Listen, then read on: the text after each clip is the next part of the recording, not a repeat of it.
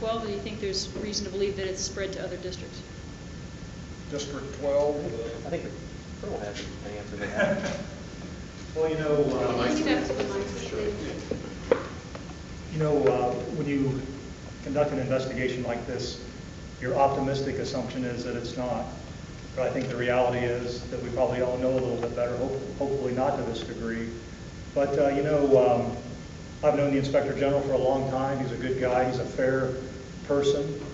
We were talking a few moments ago, and, having been on the receiving end of an Inspector General's investigation just a few months ago, he's fair.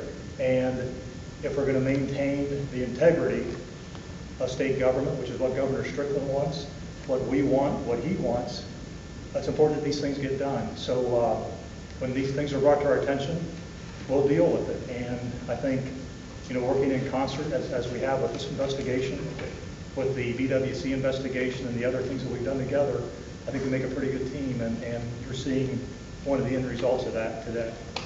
Is that saying yes? Yeah. Is there reason to believe that it's spread to other districts, this kind of corruption? I don't think you can assume that it's not. I don't think you can assume that it's not. But like I said, if something else is brought to our attention, we'll certainly investigate that based on the merits of whatever we receive, or the Inspector General receives. Laura, that is not over. Laura, let me put it in these terms. The conduct that we're talking about isn't the kind of conduct that violates office policy, where people are coming in late and leaving early, where it's very visible and transparent to managers at ODOT or auditors at ODOT or even law enforcement. The kind of conduct that we're talking about is nefarious. It's conduct that is created and intended to deceive people who are looking, and they were very good at it for a very long time.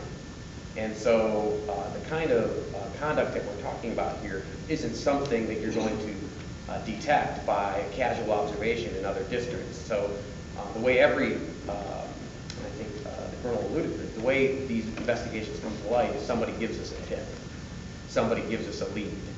And barring a tip or a lead, we don't assume, I think the Colonel said we don't assume that it's going on.